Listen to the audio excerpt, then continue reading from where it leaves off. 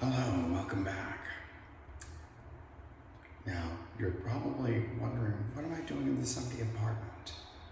Well, let me explain it to you. You see, this apartment is an exact copy of the one I used to live in 2006. And the following story I'm about to tell you, you may either find as a delusional flight of fantasy or an extraordinary event that really did happen.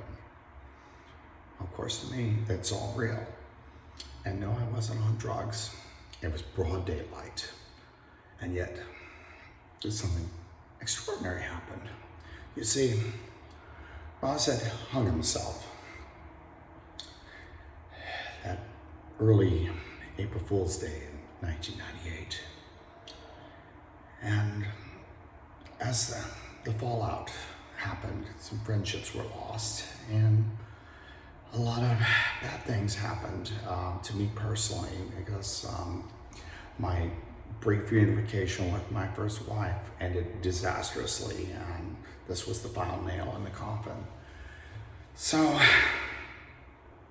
years later, we had warred with each other and fought heavily over our children, and which I ended up being on the losing side of that battle.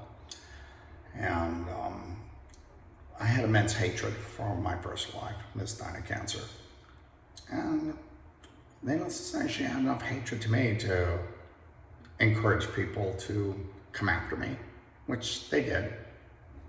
And as far as occultism goes, well, she was a notorious black witch. And yes, she did try to have me killed. And well, let's just say her apprentice, that being me, well, let's just realize that we got each other pretty good, and we realized that this wasn't going to work. We're a little too good at what we do, and no, it wasn't supposed to be that way. Well, we were at a stalemate, and the hatred between us was pretty deep and very personal. And a lot of it I've not really spoken about in years because, well, I had since remarried and moved on. But before I could do that, I had to let go of the anger, but I couldn't. It was so deep. It was so hurtful what happened to me. But then something happened, something I didn't expect. You see, I've since had a couple of experiences with other people who have passed on. But this one I did not expect at all. You see, as I've previously revealed, I'm one of the last people Rozz Williams spoke to before he took his life. And in that last conversation, he told me how much he admired me and how much, in some ways, he wished he could have been me. I was so humbled and taken by his words, and there's bed sections I can't quite remember anymore now, but I just treasure that conversation. It was very long. It was the longest one we ever had. But this conversation that I'm about to reveal to you blew my mind away. You see, I was around maybe about 1 o'clock in the afternoon, maybe 12:30, around noon. It was a bright, sunny day. But I lived in the apartment that was directly below this one. And the lighting was very poor. So if you can imagine, the lighting was very, very dark. Kind of like a little darker than this. And what happened is this light, without warning, I just got done eating my lunch and getting ready to maybe go back to work. And because I was working over at Kaiser down the street, in IT. And this place filled with this bright gold light. I mean, it just illuminated. It just came to life. And this blinding gold light. And I'm like, what the fuck, right? It's like I stood still because I felt something coming for me. And I'm thinking, oh God, maybe this is another attack. Maybe someone summoned a demon that I was not going to be able to withstand. No, it wasn't that at all. I came to figure of a person, and it seemed very familiar to me. And then the light kind of dissipated and started to come a little normal, but with this gold tinge. Kind of like how in all these modern movies, every time they wanted to pick Mexico, there's this gold filter in the back to make it look kind of third worldish. I don't know. It was a little different, similar. Anyway, there's this person standing before me about my height. And he's calling to me. And I'm looking at him. And this person's dressed like Jim Morrison on black leather pants, really nice shoes, a black t-shirt. And I was a little muscle and shoulder length hair. And then I realized, oh my God, it's Rozz. I'm like, what? I'm like, I almost didn't recognize him. I mean, he had a little color to his skin. And he says, I gotta talk to you. It's important you listen. I don't have much time. I've got seconds here, but I need to talk to you. It's very important, and I need you to listen. Don't talk, just listen. I need you to lose the hate. It's important. Your whole life depends on it. I need you to lose the hate. I know you're pissed at her, and you're justified in your anger, but you gotta lose that hate because it's killing you. It's destroying you. And if you're gonna have any life, if you're gonna live this life, you gotta lose the hate. Starting with her fans, and then with her. And it got to me. And before I could blink my eyes and say, wow, yeah, you're right. Next thing I know, I had a couch against this wall, right? And next thing I know, instead of standing right before me, he's sitting on that couch. And all of a sudden, this girl just appears, this gothed out chick, and I don't know who she was, but she's like, I don't even know where the fuck she is. She just knows she wants to see Rozz. And he says, listen, I've only got a few seconds. Listen to me. You gotta lose the hate. It's important. Promise me you'll do it. And I said, okay, I'll do it for you. I'll do it. He said, don't do it for me, do it for you. It's important. And then the girl's like, where am I? And I'm like, girl, just roll with this. He's smiling, cracked up. And then the brilliant light filled the room again. And the next second he was gone. And it was normal again. And I felt this vacuum feeling, like the air just went right out with him. He went into that light. And I were doing, everything turned back to normal, except for me.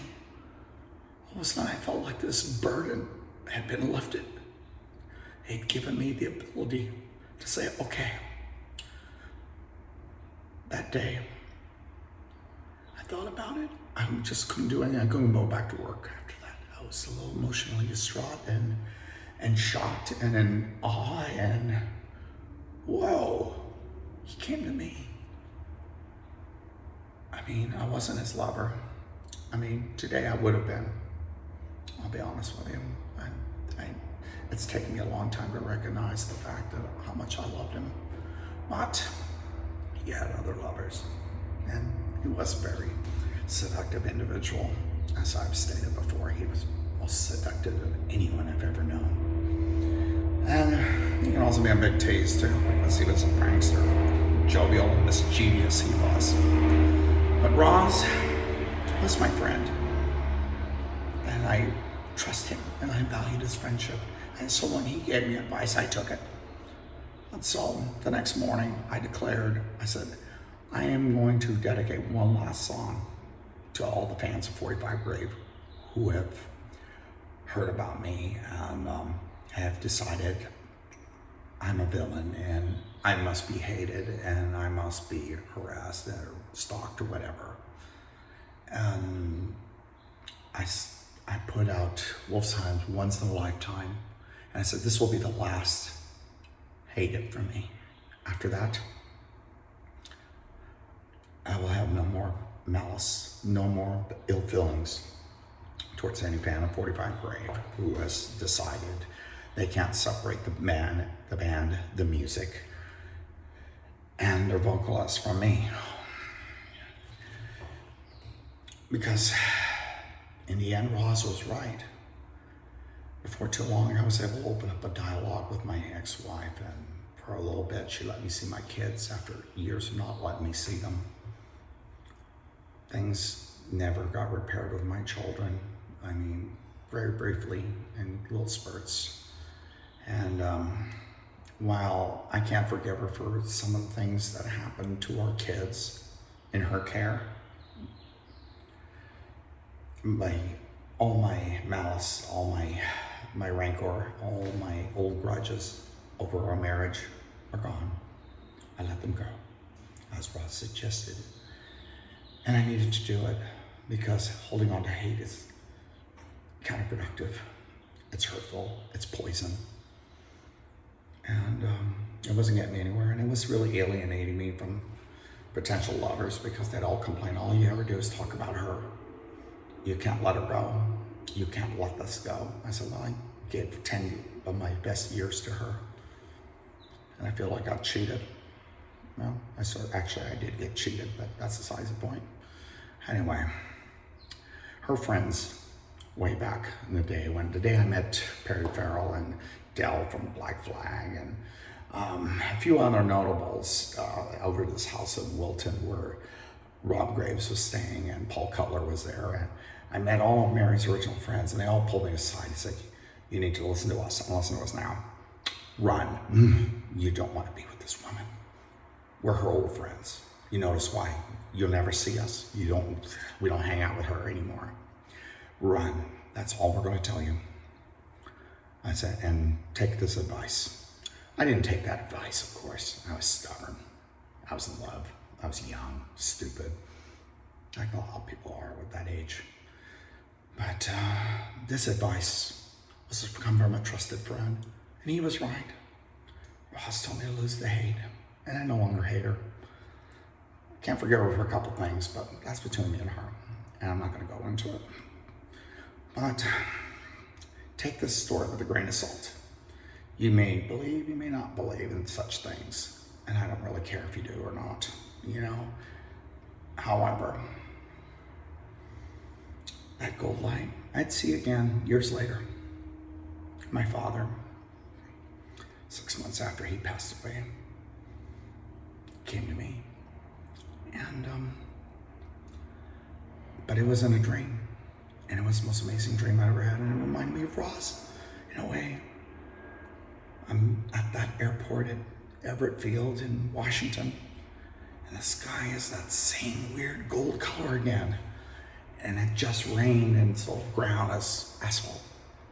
Lots of water on the ground, puddles and stuff, and I'm walking on there looking at the airplanes. And out comes this car. Doesn't exist. It was the most amazing looking car I've ever seen. It was almost like a Maserati, but it had this translucent paint I've never seen before. It was incredible to look at. It changed colors as it moved, and it rolls up, and I noticed it's got BMW logos on the rims. I've never seen a BMW that looks like that. And the butterfly doors open. Out steps my father. I've never seen a car like that. And he wore this suit. I shit you not. It was like $1,000 suit. And he never wore anything that nice before. And it was amazing. I mean, he looked amazing. He was like 42, not 72, 42. And my instinct was to run up to him, and I gave him the biggest bear hug ever. And because of that experience with Rozz, I knew this was really happening. And as I was with her, I told him I loved him, missed him. I had to do what I always do and just said, so, did you meet God yet? My father being the Mexican he was just like, staunch Catholic, mind you. And I was like, okay, so are you like in heaven? He's like, And the minute he wiped his hand, poof, the bright light went away. And he was gone. But I knew it was him because I felt amazing.